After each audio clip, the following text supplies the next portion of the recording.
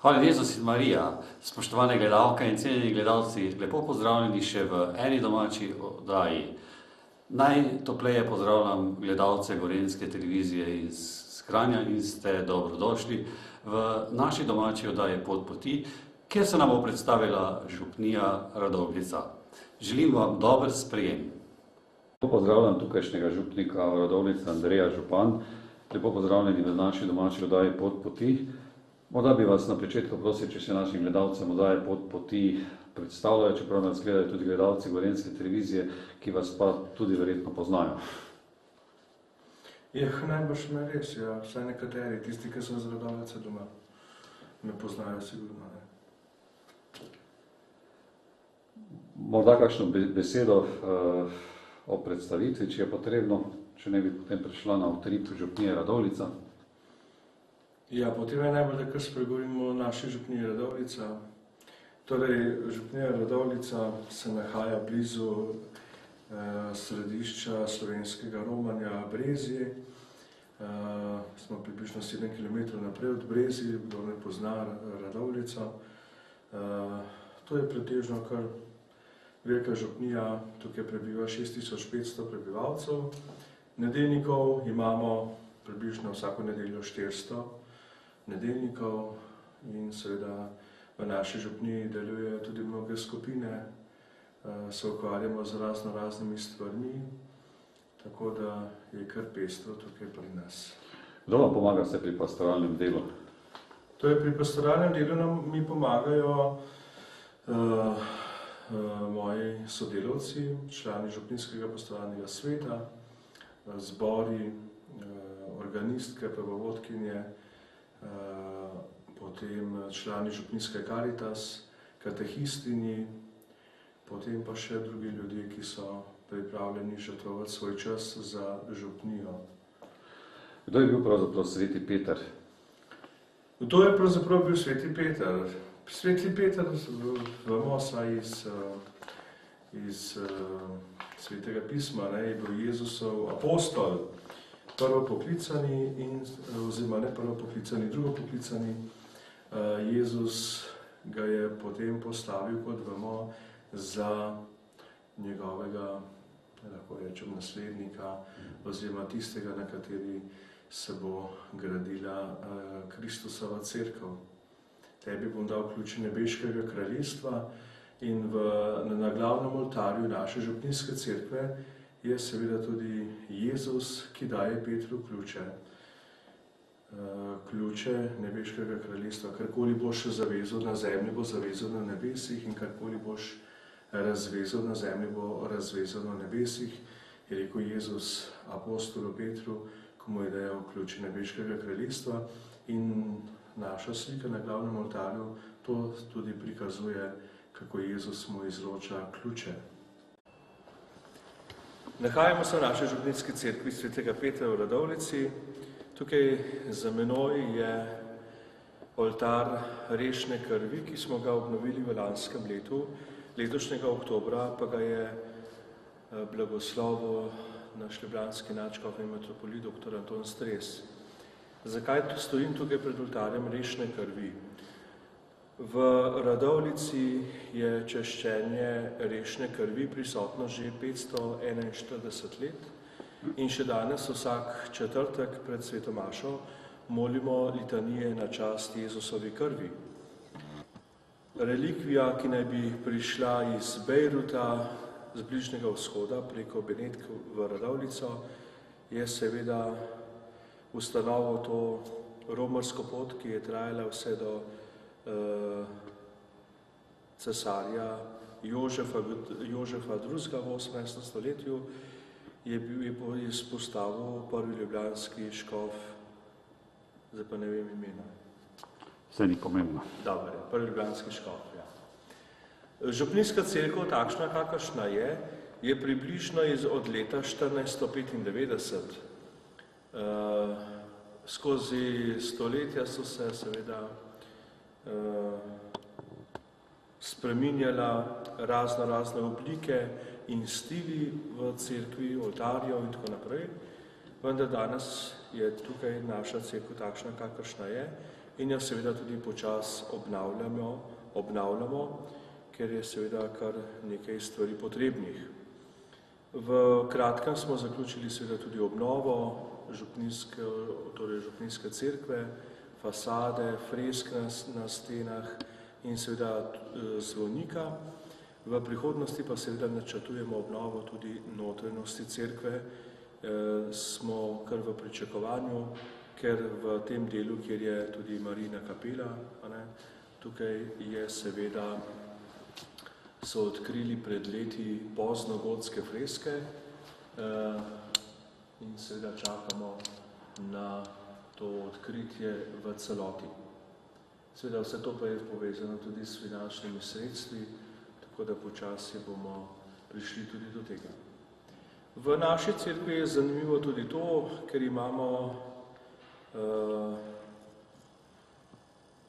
tabernakelj, ki ga je zrisal arhitekt Ivan Vurnik in je seveda tudi taka, bi lahko rekel, znamenitost naše cerkve, nekaj posebnega, še posebej zato, ker je arhitekt Vurnik doma iz naše župnije, iz Radovljice in je tukaj tudi deloval, poznamo ga pa seveda po vsej Sloveniji, po njegovih delih. Tudi njegova žena, gospa Helena Vurnik, je seveda narisala tudi 4 možakarje, 4 evangeliste na tem tabernaklju, ki predstavljajo, ki so upodobljeni 4 možje iz Radovljice, sicer danes ne vem, ampak te 4 evangelisti predstavljajo 4 može, 4 Radovlčane. Kdaj pa imate svete maše pri vas? Svete maše pri nas imamo ob nedeljah, ob 8 in ob 10. Tudi soboto zvečer je že tako imenovana nedeljska sveta maša, tako da se zbiramo k nedeljskemu bogoslužju vsako nedeljo ob 8 in ob 10. Poleg glavnega oltarja rešne krvi v naši cerkvi, imamo seveda še 4 oltarje, 3 lesene in še kamniti oltar, ki ga je naredil kamnosek Vurnik. Zdaj točno ne vem, ali je bil to oče ali ded od arhitekta Vurnika. V tem glavnem oltarju, oziroma v tem oltarju stranske kapele, kamnitem oltarju, sedi Marija z Jezusom v naročju. Pred tem oltarjem pa je tudi seveda krstni kamen, kjer krščujemo naše otroke. Ta krstni kamen je star, mislim, da je tudi največja dragocenost v duhovnem smislu in tudi tako je star kar 600 let, krstni kamen, in je seveda res izredno delo in ima tudi izredno starost. Zdaj se nahajam tukaj v tem slanskem oltarju svetega Sebastjana in Roka, tako da malo v hecu pravimo, da smo Gorenci malo ohrni in da znamo kar malo prišparati stvari, tako da imamo v našem slanskem oltarju kar 2 svetnika, običajno eden glavni svetnik v oltarju, pa imamo kar 2 svetnika, tako da smo malo prosto prišparali in tudi pri denarju, ko se je ta oltar delal. Sveti Sebastjan in sveti Rok. Oltar je seveda narejen v drugi polovici 19. stoletja, neogotika. Vemo, da so v tem času, druga polovica 19. stoletja, mnoge oltarje, ki so bili stari, metali stran, ker so hoteli nekako spet priti nazaj v tisto obdobje, v katerem je bila narejena tudi določena cerkev in pa nas je seveda so baročne oltarje, ki so prišli v času baroka, pometali stran in naredili neogotske, tako da dejansko je najstarejši oltar v naši cerkvi glavni oltar svetega Petra iz 18. stoletja. Na teh stranskih oltarjih pa je zanimivo to, da so, hvala Bogu, kipe ohranili in jih, kipe iz baroka ohranili in jih postavili na neogotski oltar, tako da lahko vidimo na oltar svetega Sebastjana in Roka, so kipi iz baročnih oltarjev. Sveta Alta, in mislim, da tam je sveta Lucija in tako naprej. Kaj pa križev pot še je obnovljen ali? Ne, križev pot ni obnovljen. Torej, križev pot je, naj bi bil po nekaterih podatkih Lajerjev. Torej, ta slikar Lajer, ki je deloval tukaj na Gorenjskem, naj bi v Radolci, v naši župniji, naslikal tudi ta križev pot, ki seveda prvotno ni bil tukaj v cerkvi, ampak je bil v župnijski cerkvi, ampak je bil na podružni cerkvi svetega Lamberta na Lancovem, pa je se zaradi varnosti, mislim, sedaj tukaj v naši, v župnijski cerkvi. Torej, po nekaterih podatkih naj bi bil to Lajerjev križev pot. Orgle imate obnovljene ali so še? Ja, orgle so, jih, mislim, obnavljamo, jih sproti vzdržujemo, no, da tako rečem temu, so pa Goršičeve orgle, ki jih je naredil, mislim, da v začetku oziroma v koncu 19. stoletja, če se ne motim. Zanimivo se mi zdijo tudi tale stekla na oknih. Stekla? A vitraji? Ja. No, ja. Torej, okna niso seveda originalna, tudi ta okna so seveda naredili v času, ko so neogotizirali cerkev, so jih takrat pač obnovili. Zanimivo pa je, in tudi pred kratkim so odkrili staro gotsko okno in sicer na desni strani tega, če gledamo Marijin oltar kamnit v stranski kapeli, so odkrili tudi to okno, ki je seveda originalno gotsko okno. Pred 5-6 leti so odkrili to okno v času, ko se je obnavljala tudi fasada naše cerkve in je sedaj odprta. To je tudi najstarejše okno tukaj v naši cerkvi, ki so ga odkrili. Zanimivost naše cerkve je tudi strop, ki je zelo lep. Sicer sama poslikava ni stara, ampak je bila poslikana približno pred dobrimi 100 leti. Najbolj zanimivo pa so seveda ti angeli, ki so združeni in lahko rečem, da prepevajo skupaj kot ansambel nebeškemu očetu. Vsak angel ima tudi svoj inštrument in tako prepevajo in dajo slavo Bogu. In to je tudi recimo ena taka zanimiva slika, poslikava na stropu naše župnijske cerkve. Zanimivost našega stropa, naše župnijske cerkve tudi v tem, da lahko vidimo, če dobro pogledamo na strop, vidimo tudi seveda nebesna znamenja, ki jih danes seveda bolj poznamo pod imenom horoskop, ampak so to nebesna znamenja, ki seveda nekako določujejo nas ljudi, v katerem času in znamenju smo seveda tudi rojeni in imamo temi označene in narisane tudi na stropu naše cerkve. Če bomo dobro pogledali, bomo še kakšnega videli. Lepo pozdravljam gospoda Stečka Brumena in mu kar tudi predajam besedo. Zdravljeni. Pozdravljam vas imeno Župnijske Karitas Radovljica, ker sem zadnja 3 leta tajnik Župnijske Karitas in dovolite, da nakratko predstavim delovanje Župnijske Karitas. Kot ostale Župnijske Karitas je tudi Radovljička, bi rekel, razdeljena na, pač mi delimo naše delovanje najmanj na 2 področja. Tako imenovano materialno področje je pač, kot vse posod drugod, namenjeno predvsem razdeljevanju hrane, paketov s hrano, oblačil, posredovanje, bi rekel, tudi pri zbiranju bele tehnike, druge opreme, ki je potrebna, predvsem v primerih, kot so bili v železniki, poplav in večjih zadev. V zadnjem času je zelo prisotno tudi večja potreba, bomo rekli, po več prošenj dobivamo plačilo položnic, od najbolj osnovnih položnic ljudi, ki pač nimajo za kurjavo. Mi jim pomagamo po svojih finančnih zmožnostih, po sredstvih, ki jih pridobimo strani donatorjev, strani se pravi, občine in ostalih sofinancerjev. Večji del pa, bom rekel, se kljub samo še napoti na Škofijsko Karitas Ljubljana, ki lahko v večji meri pomaga. Tukaj bi pač še lahko omenil tudi akcije, s katerimi Škofijska Karitas Ljubljana tudi na področju celotne škofije izvaja pomoč, predvsem pri nakupu zvezkov in šolskih potrebščin za otroke in prav tako pri letovanju otrok in družin iz socialno ogroženih šibkih družin. Predvsem v zadnjem času pa se pojavlja potreba po tako imenovani nematerialni pomoči. Zmeraj bolj opažamo, da ljudje pridejo k nam tudi v več, bom rekel, duševni stiski, ki je posledica zdajšnje gospodarske stiske, ki je posledica tudi, bom rekel, odtojenih razmer v družbi.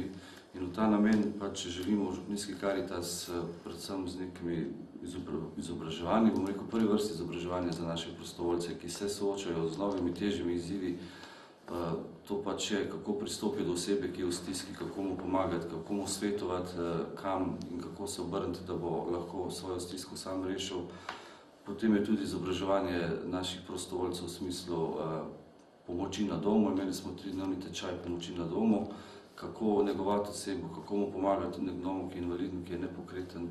Tako da v tem smislu se, bom rekel, predvsem izobražujemo. Pa, bom rekel, glede na težavo je tudi so pač supervizije, ki jih Škofijska Karitas Ljubljana pripravlja za vse prostovoljce svoje Škofijske Karitas, tako da se udeležujemo tudi njih v večji meri. Predvsem pa želimo, glede na potrebo, na tudi, bom rekel, smernice, ki jih pač Škofijska Karitas in širša cerkev pač posreduje, pristopiti k mladim. Iščemo načine, kako pristopiti k mladim, kako jih angažirati, kako jih animirati za delo v Karitas, kako jih senzibilirati za pomoč bližnjo, za spoznavanje bližnjega v stiski. In tukaj se lahko pohvalimo pač tudi Župnijska Karitas z akcijo Sončkove počitnice, ki jo izvajajo že, mislim, da 19 let. Bom rekel, 19 let prostovoljke Župnijske Karitas, to je že zelo prepoznana akcija, ki, bom rekel, pripravlja aktivno preživljanje prostega časa otrok med počitniškim časom, tudi letovanje smo organizirali in pa tudi zadnjo nedeljo v decembru je potem stvar zaključek počitnice in tudi, bom rekel, velika prireditev, ki vključuje vsako leto več ljudi.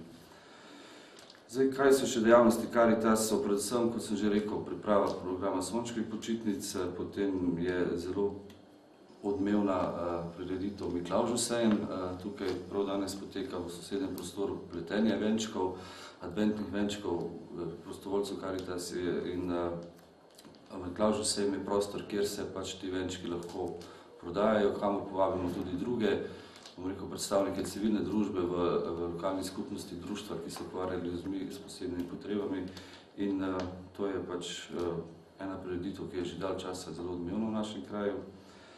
Pripravljamo, sodelujemo tudi pri oratoriju, pri srečanju bolnih ostarelih in organiziramo večkrat tudi romanje za sodelavce Karitas in tudi ostale. Koliko ljudi pa otrok pa sodeluje pri oratoriju? Za oratorij bo mogoče gospod župnik imel bolj natančne podatke, ampak mislim, da je tukaj, številko bi res izpustil. Je težko, ja? Ker bi teh natančnih podatkov nimam. Lahko povem, da za pač prostovoljcev pri Sončkovih počitnicah je pa že okrog 60, ki se delujejo aktivno, tako da to pa je bližja stvar. Mogoče bi izkoristil še priložnost glede na to, da marca 2011 Župnijska Karitas, kot tudi večina ostalih Župnijskih Karitas Ljubljane, Ljubljanske škofije, praznuje 20. obletnico obstoja in v ta namen je pač, bom rekel, želja, da organiziramo večji, širši koncert, ki bi pač bil obeležil obletnico Župnijske Karitas, predstavil naše delo skozi 20 let in tako, to je pač, bom rekel, takšna obletnica, s katero bi želeli na prav način počastiti naše delo. No, ker so z nami tudi gledalci Gorenjske televizije, koliko ljudi se pa pravzaprav obrača po pomoč? Upravljate zelo dobro, plemenito delo, katero pravzaprav se ljudje tudi premalo zavedamo in bi bilo treba še veliko več, kajti ljudje so tudi v stiskah je res lepo, da jim pomagate. Ja, lahko rečem, da mi oskrbujemo čez 160 ljudi z hrano, predvsem hrano iz evropskih rezerv. Imeli smo tudi nekaj hrane iz tako imenovanih Pahorjevih paketov, če lahko tako rečem, ki je pač vlada Republike Slovenije določena sredstva namenila. Imeli smo pogodbo, se pravi Škofijska Karitas Ljubljana je imela pogodbo z Mercatorjem, kjer se je zbirala hrana potem pač za razdeljevanje po Župnijski Karitas. Tako da mislim, da lahko rečem, da 160 ljudi je ljudi, ki konstantno, vsej dvakrat mesečno se oglašajo na Župnijsko Karitas. To število, moram reči, da se vsakim letom, pa tudi vsakim mesecem veča.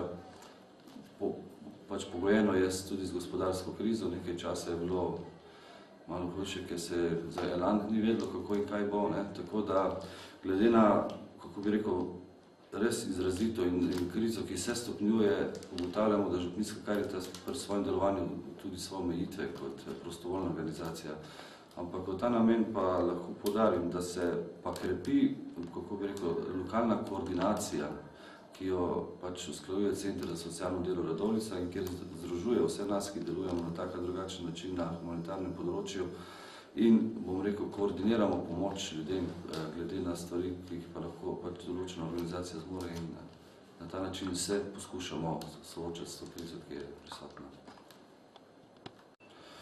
V tem primeru v tej priliki bi se rad zahvalil vsem prostovoljcem Župnijske Karitas, vsem, ki so nam pomagali in hkrati povabil tudi vse, da se nam priključijo, da na svoj način pristopijo k ljudem v stiski, bližnjemu v stiski in na ta način, bom rekel, aktivno živijo svojo vero. Prav tako pa bi se predvsem rad zahvalil našemu župniku, gospodu Andreju, za njegovo, res moram reči, požrtvovalno in pripravljeno delo na kakršnokoli obliko aktivnosti, ki jo Župnijska Karitas izvaja. Tako da hvala vsem donatorjem, hvala pa tudi vsem, ki nas podpirajo.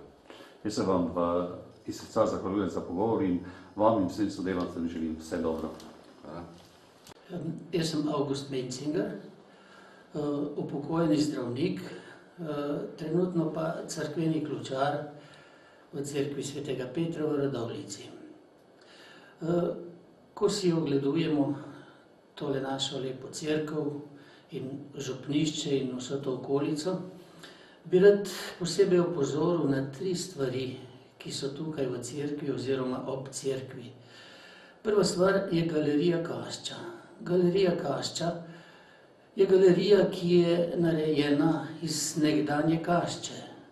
Ta galerija je v samem župnišču. Trenutno je v njej razstava Sončna pesem, ki jo je naslikal žal že pokojni Branko Čušin. In bo ta razstava še kakšen mesec, 2 odprta. Sicer pa imamo v tej galeriji redne razstave, približno enkrat mesečno. Največ razstavljajo slikarji amaterji, ker težje dobijo možnost razstavljati v večjih, pomembnejših galerijah. Druga stvar, ki bi vam jo rad predstavil, je kapela Svete Edith Stein. To je bunker Svete Edith Stein. Ko smo pred leti pričeli obnavljati cerkveno fasado, smo bili v zadregi, kaj storiti z bunkerjem iz 2. svetovne vojne, ki je ob cerkvenem zidu in ob stolpu iz 16. stoletja, ki smo ga ob tej priliki tudi obnovili. Spomeniško varstvo namreč ni dopustilo, da bi mi ta bunker podarili, zato smo se odločili, da bomo v njej naredili kapelo, in sicer kapelo Svete Edith Stein. Zakaj smo se odločili za to? Več vzrokov je bilo. Prva stvar je to, da se je takrat Slovenija pripravljala na predsedovanje Evropi in nekje smo hoteli počastiti to poletje, ko bo Slovenija predsedovala v Evropi, z otvoritvijo te kapele Svete Edith Stein, ker je svetnica in zaščitnica Evrope. Druga stvar je pa to, da je pravzaprav bunker en simbol vojne, simbol groze, simbol smrti, in ker je ona umrla v Auschwitzu naj bi nekje spadala njena kapela tudi v ta bunker. In tretja stvar, ki je tudi zanimiva v tej kapeli, je pa slika Janeza Pavla II., papeža, ki je proglasil Edith Stein za zavetnico Evrope in takrat, ko jo je proglasil, je na tej svečanosti nosil mitro, ki so mu jo naredile naše šolske sestre iz Radovljice, ki imajo samostan tukaj ob župnišču. No in v to kapelo je tudi Čušin, Branko Čušin, predlagal, da bo on naslikal slike iz njenega življenja. Naslikal jih je na pohorski granit, na plošče pohorskega granita, ker v tem vlažnem bunkerju edino take plošče zdržijo. No in tako je nastala kapela svete Edith Stein, o kateri morda Slovenci zaenkrat še bolj malo vemo, vendar jo vsako leto bolj poznamo. Tudi gospod Načkov Stres jo je pred mesecem blagoslovil, tako da je sedaj tudi blagoslovljena. V njej je 18 slik, kot sem že rekel, naslikanih na pohorski granit, od Edith Stein, ki je bila kot deklica doma iz mesta na poljsko-nemški meji, potem postala ateistka, bila izredno nadarjena študentka, študirala filozofijo, psihologijo, germanistiko, vendar je vse življenje iskala neko resnico. In ko je nekega dne našla knjigo svete Terezije Avilske, karmeličanke, ki je živela 400 let pred njo in je to knjigo prebrala, si je odločila, da bo prestopila v katoliško vero. Prestopila je v katoliško vero, še vedno predavala po univerzah širom Evrope, potem pa se je odločila, da gre v Karmel in je postala karmeličanka v Kelnu, v karmeličanskem samostanu je bila posvečena. Ker pa so nacisti vse bolj priganjali Žide, je morala bežati in je zbežala v Echt, v Holandijo, v tamkajšnji karmeličanski samostan. Leta 1942, ko so nacisti zavzeli Holandijo, so jo zaprli in odpeljali v Auschwitz, kjer so jo avgusta 1942 zažgali. Najprej oplinili, potem pa zažgali. Papež Janez Pavel II. Jo je proglasil za svetnico in naslednje leto še za zavetnico Evrope. To kapelo obišče veliko turistov in jim z veseljem pokažem in povem to zgodbo. Zelo zanimiv je bil obisk gospe iz Holandije, ki, ko je odhajala iz kapele, je jokala. Ker ni znala dobro angleško, mi je dejala, da je v knjigo vtisov napisala kar nekaj v holandščini. In ko sem nekaj mesecev kasneje zaprosil drugega holandskega turista, mlajšega gospoda, da to prevede, je tudi on pričel, oziroma so mu pričele teči solze in ni mogel do konca prevesti. Povedal je, da je to tako čustvena izpoved, da se ni mogel zadržati in da je ta ženska napisala, da sedaj, ko se bo vrnila v Holandijo, bo njen oče srečen, ko mu bo povedala, da je bila v kapeli sveti Edith Stein, kajti on že vse življenje govori o tej svetnici, ki jo je kot karmeličanko osebno poznal kot 11-letni deček, ker je v ta samostan vozil iz njihove kmetije hrano. Skratka, celo vrsto dogodkov je vezanih na to kapelo in nekaj mesecev nazaj mi je 10 nemških duhovnikov v njej prepevalo Oče naš v ruščini. Toliko na kratko o kapeli. In zdaj pa še tretja stvar, ki bi vam jo rad predstavil v naši župniji, je pa taverna. Ob severnem traktu župnišča, ki je najstarejši iz leta 1200, je bil prizidan stolp 1550, takrat kot so delali glavno ladjo. In v tem stolpu so naredili taverno. To je najstarejša ohranjena taverna na Gorenjskem, morda tudi v Sloveniji, 500 let je stara. Tudi freska, ki je v tej taverni, to dokazuje. In v tej taverni so vinoreli. Kaj so vinoreli? Če vzamemo analogijo z akvareli, so to slike naslikane z vinom. In sicer slike naslikane z rodečim vinom. Tudi te slike je naslikal Branko Čošin pred 10 leti in so še vedno dobro ohranjene. Na teh slikah je z rdečim vinom, refoškom, merlotom in teranom upodobil tiste kraje, iz katerih to vino izvira. Poleg tega pa je naslikal še Slomška, Vrtovca, Prešerna.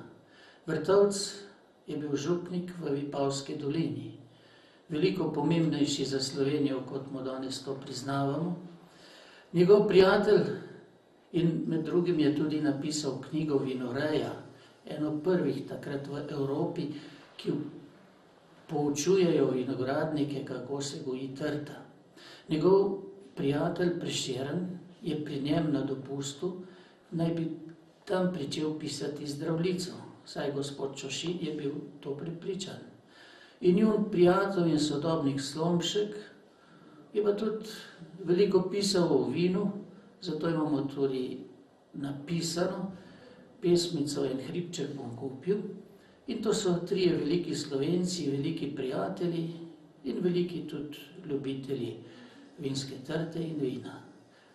To so te tri stvari, ki bi vam jih rad pokazal tukaj v Radovljici. Je pa še cel kup zanimivosti in vsakokrat, ko kaj obnovimo pri cerkvi, se pokaže neka nova zadeva.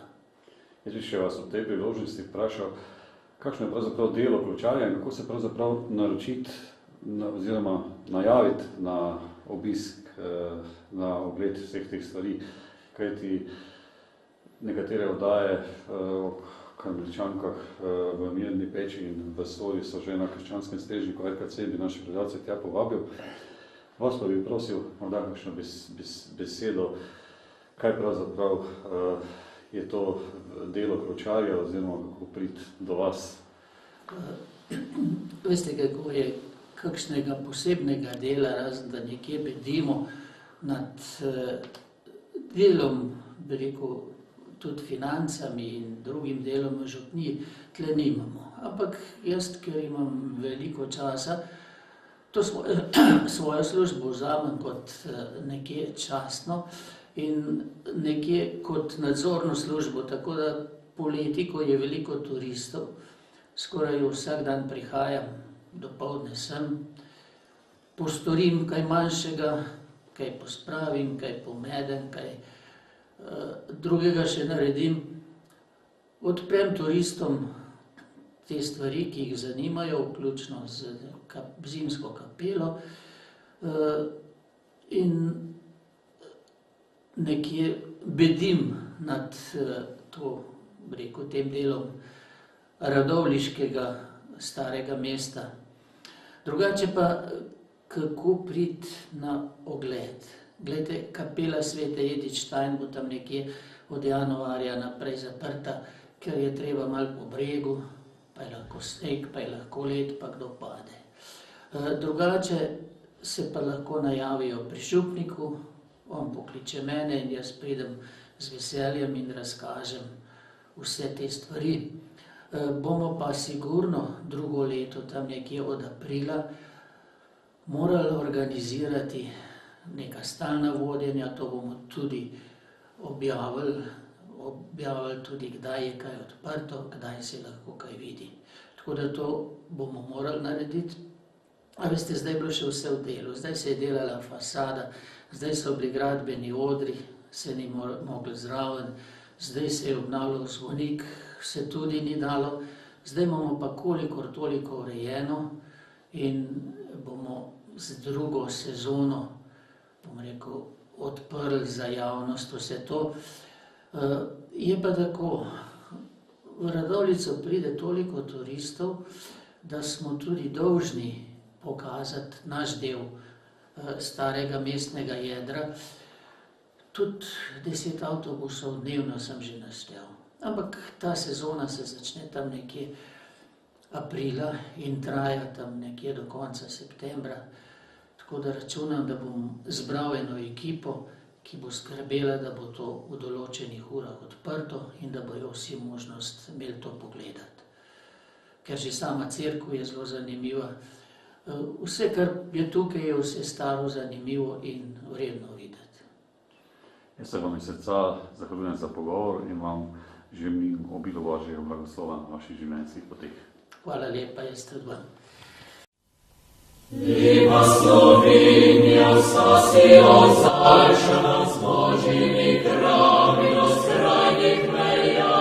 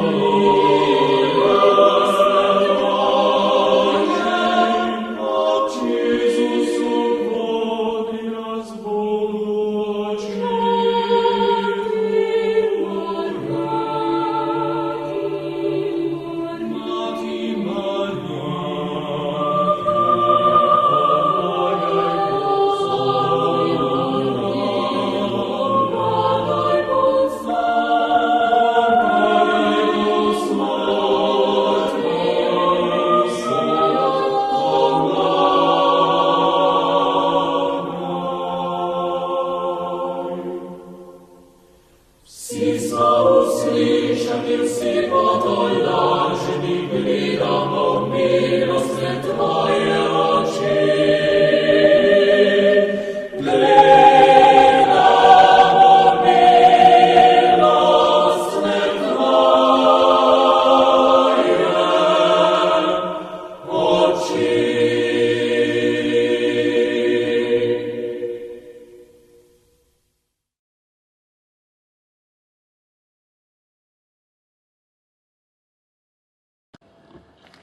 Ko smo pričeli obnavljati tole fasado, so se v tem oknu, ko je delavec, ki je obnavljal, udaril po fasadi, usule ven škrlatno obarvane kosti.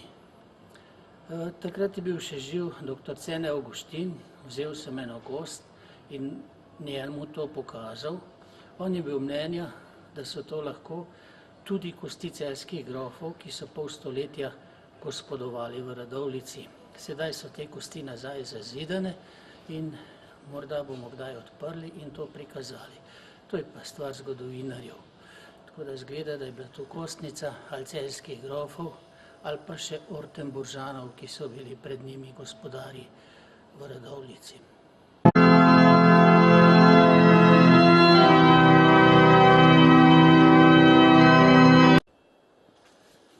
To je knjiga, ki jo je leta 1844 spisal duhovnik, ki je deloval v Vipavski dolini, Matija Vrtovec. Vinoreja je njen naslov in v njej poučuje kmete v Vipavski dolini, vinogradnike, kako se vzgaja vinska trta in kako se prideluje vino. To je verjetno ena najstarejših tovrstnih knjig v tem delu Evrope. Matija Vrtovec pa je premalo poznan Slovencem in premalo o njem vemo, kajti na vseh področjih je v župnijah Vipavske doline, kjer je služboval kot duhovnik, ogromno naredil za ljudi v tistem času.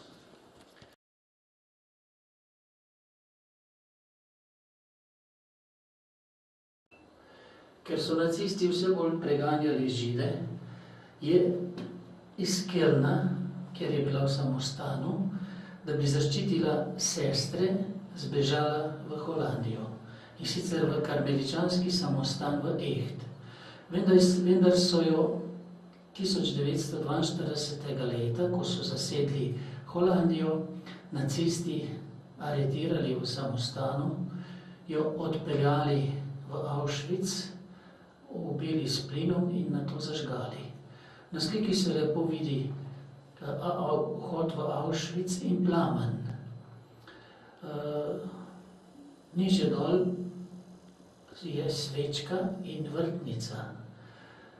Vrtnico je napravil verjetno eden najboljših kroparskih mojstrov, nečak Joža Brtoncla,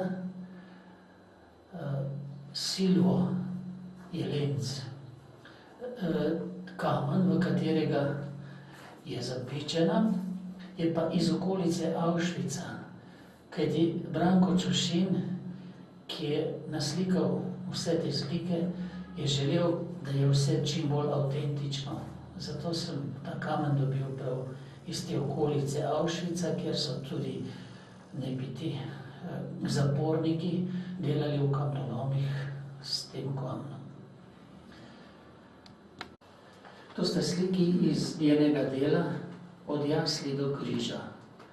Tako si je nekje predstavljal gospod Branko Čušin in ti dve sliki naslikal kot zaključni del te kapele.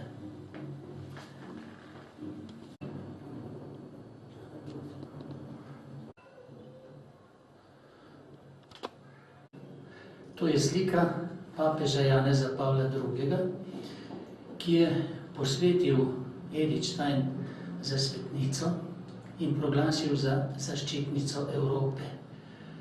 Pri tem obredu je imel tole zanimivo mitro, na kateri vidite slovenske barve, in to mitro so mu naredile in podarile naše šolske sestre iz Radovljice.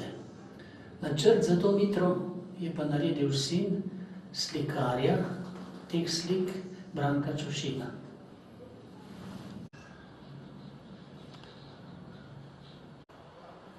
To je preprost križ iz dveh smrekovih vej.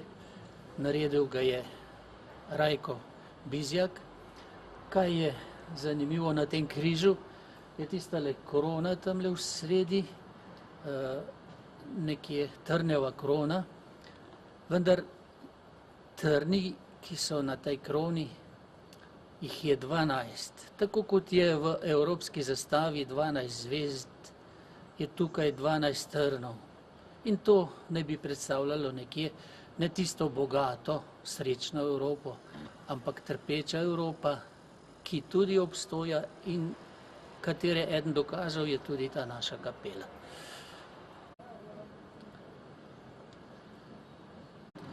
Tukaj vidite vhod v kapelo.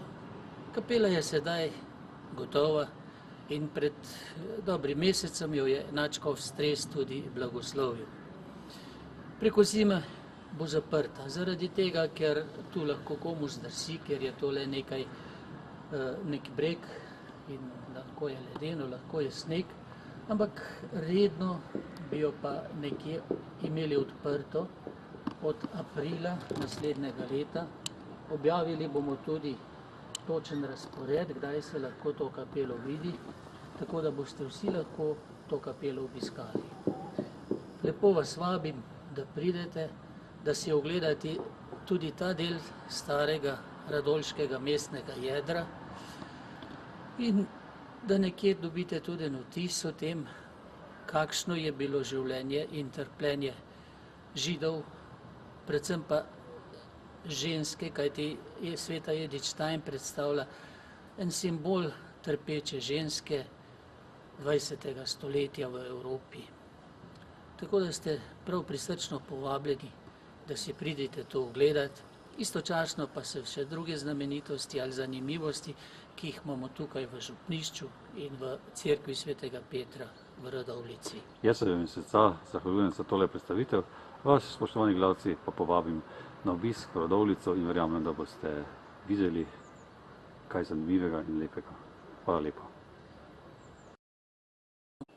To je galerija Kašča. Tu je bila že nekoč kašča, ko smo obnavljali župnišče, smo jo pa preuredili v galerijo. V njej imamo razstave, predvsem slikarjev, amaterjev, in ta razstava, ki jo vidite sedaj, se imenuje Sončna pesem. Kot vidite, so tukaj slike svetega Frančiška in verzi njegove sončne pesmi. Na drugi strani so oljke, ki so bile tako značilne za svetega Frančiška in kraje, kjer je on živel in deloval.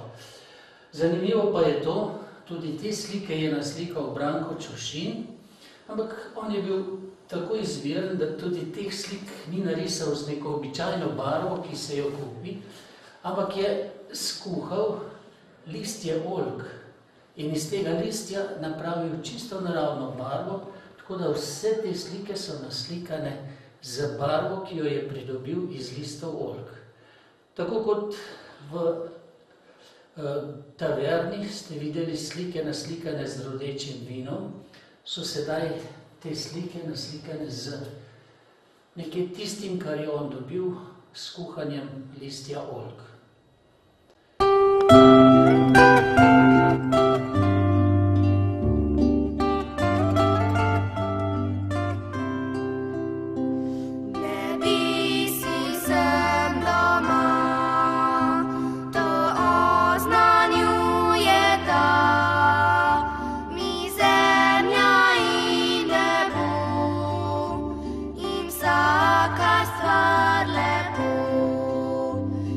Zemlja in nebo.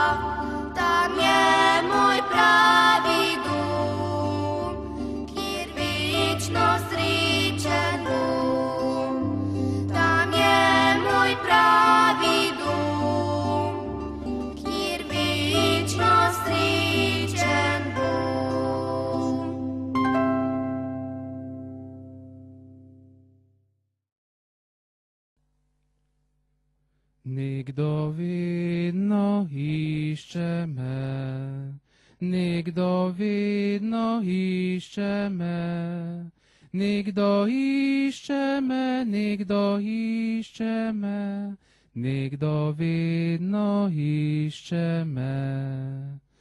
To je Jezus rešenik, to je Jezus rešenik, to je rešenik, to je rešenik, to je Jezus rešenik. Mojem srcu biva on, mojem srcu biva on, srcu biva on, srcu biva on, mojem srcu biva on. Nikdo vidno išče me, nikdo vidno išče me, nikdo išče me, nikdo išče me, nikdo vidno išče me. Kako vidite krščansko družino v vaši župniji? Ja, krščanska družina v naši župniji, mislim, da ni nič kaj drugačno kot mogoče, ki je povsod drugod. Torej, krščanska družina, zdaj ta pojem krščanske družine mi je zanimivo, ne? Jaz sicer tudi sam ne vem, kaj pravzaprav je danes krščanska družina. Morda je že veliko, če rečem, da krščanska družina je družina, ki se prvo povezuje znotraj svojega, svoje družine, potem pa, da ta krščanska družina je tudi seveda prisotna pri sakramentih, pri nedeljski sveti maši, da morda danes krščanska družina tudi kaj skupaj moli doma.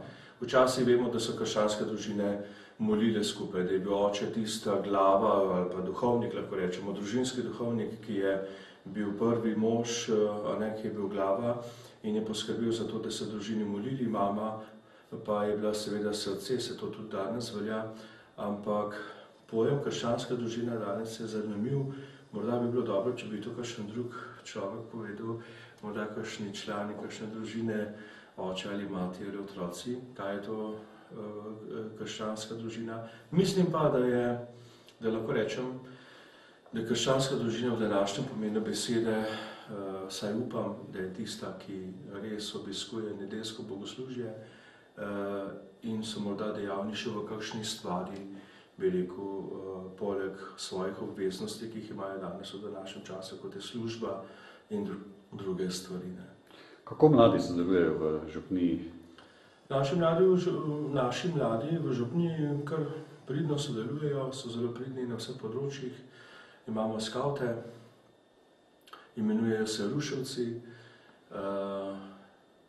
potem imamo mladinski pevski zbori tudi, kjer pojejo, prepevajo, tudi na porokah velikokrat, vsaj v zadnjem času so jih pari, ki so se poročili pri nas, zelo radi, so prosili in so jih radi vzeli, da so jim naši mladi prepevali.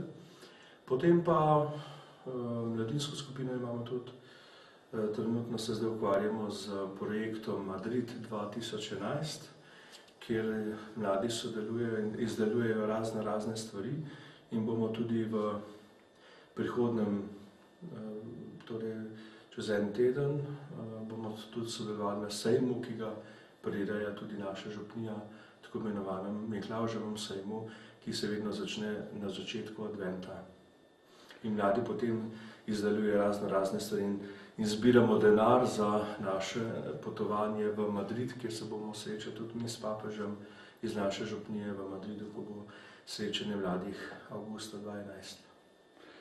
Ker so z nami tudi mlajši gledalci oddaje Pot poti, bi vas vprašal, kako lahko mlad fant, punca prepozna, da ga Bog kliče v duhovni poklic?